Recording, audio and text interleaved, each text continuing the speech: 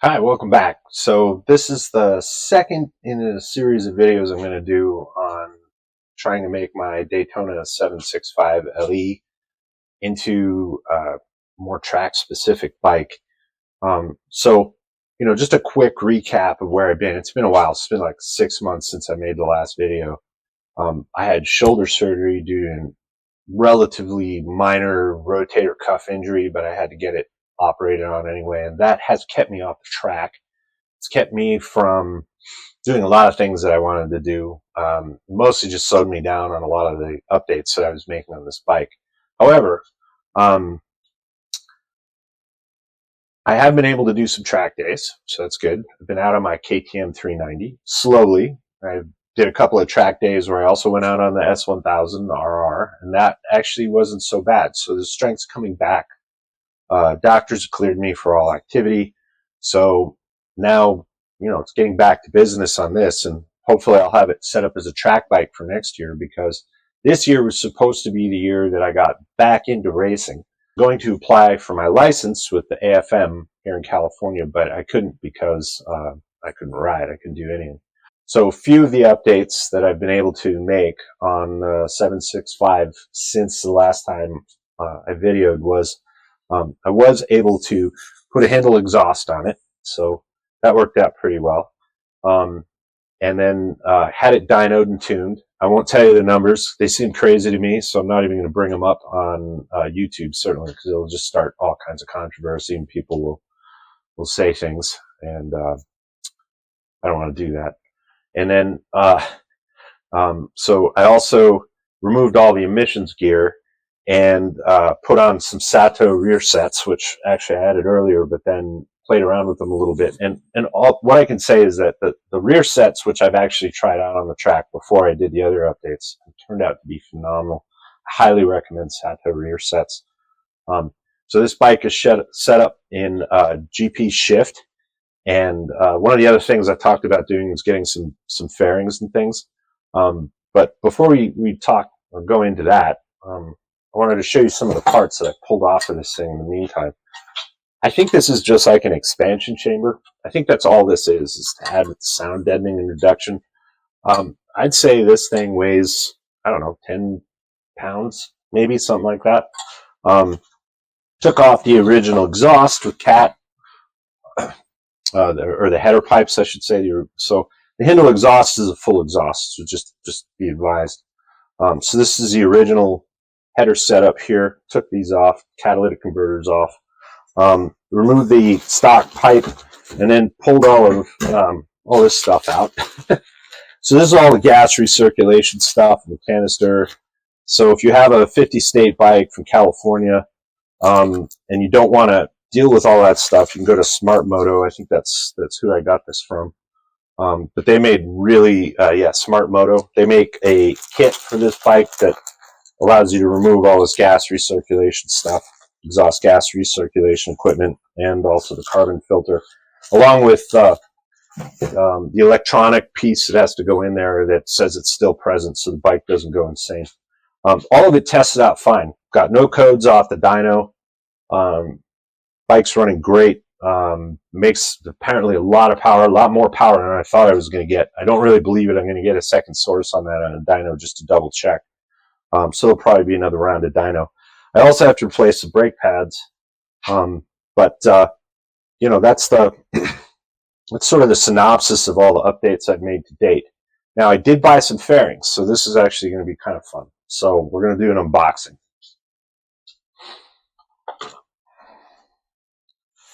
Now, I'm not usually into the whole unboxing thing, but I received these several weeks ago. Have not opened them yet. I bought them from Pro Fiber.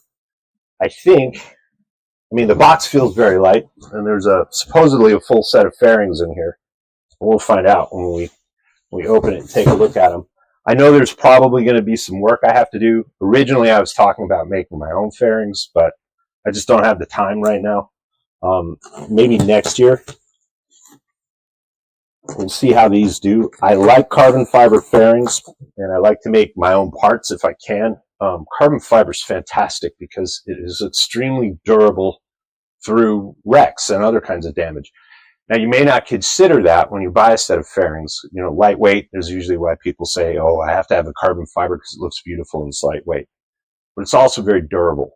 Fiberglass stuff I found is not nearly as durable. And that's not always the case, but generally speaking, and I did crash, unfortunately, I crashed this bike once, and the original carbon fiber fairings took the damage extremely well.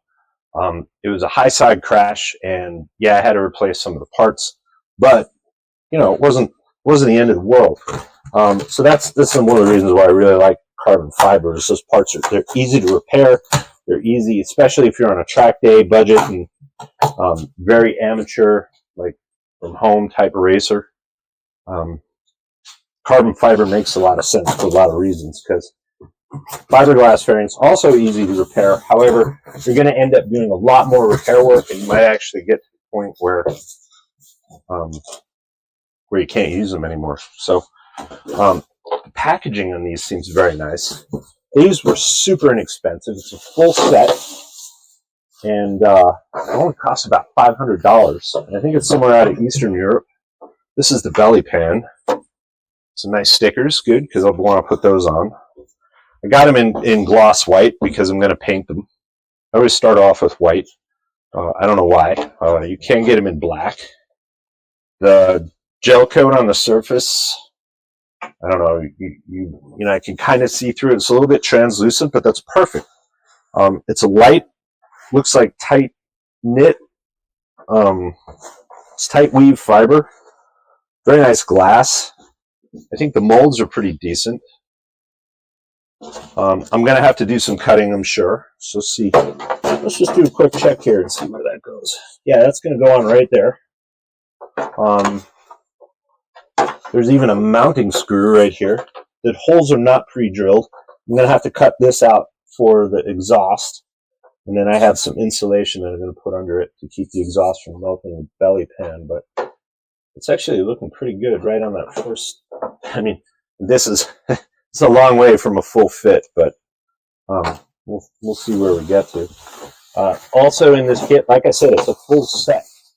I intend to maybe keep the carbon fiber tail set on here. I don't know. Might switch over to this one just because if I do crash, and these are the stock fairings, I'm keeping all the parts for this bike because I know at some point in time people might think it's collectible. I doubt they're going to think mine is collectible. This is a single piece tail. I think it's nice. It's really nice. It has this thing in here for a camera, so you can set that right there, or mount your GPS for your lap timer. This is a pretty nice part. So definitely in the next video, when I'm starting to put all these fairings on, see how they fit and drill the holes, etc., before I paint, we'll mount this up and see how it looks. That's actually a pretty sweet piece of gear, and they molded it with the tail light in place. So this is actually they popped the mold off the original part with tail light in place. That's pretty sweet. And I'll tell you something else. These feel really good. Like they're rigid but light, and I think that's because they used a fairly high quality layup. They used what doesn't smell like polyester, so I think it's an epoxy resin.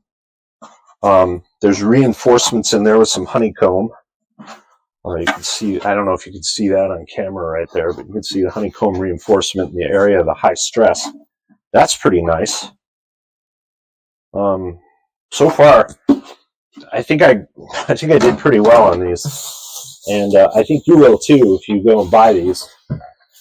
All right, so let's take a look at the nose piece. This is a classic Triumph nose piece. This will fit on 675R up to the last model year of production. I think it's like whenever they did the refresh on the bike, which was 2013 or 2012. And then, so you have a late model or the last series of 675R. These will fit on that too. And essentially, the 765 is the 675R with a different motor and some carbon fiber bits on it. It really didn't do much. I mean, Triumph claimed they were going to do a lot with this bike, but you know, other than the better motor and the potential for more speed, I think this is a pretty good piece. There's no way I'm going to get this fitted now, especially because I have the, well, I don't know. Let's see how close we can get this. Again, this part looks to be fairly well made. It's not drilled. I mentioned it already. It's not drilled. Sorry about the awful noise. But there are points where they show the drill mounts are supposed to go. Let's see. Let's take a look at that. That looks awful, the way I put it on there. But you get the idea. I mean, for a first test pass, these are pretty nice.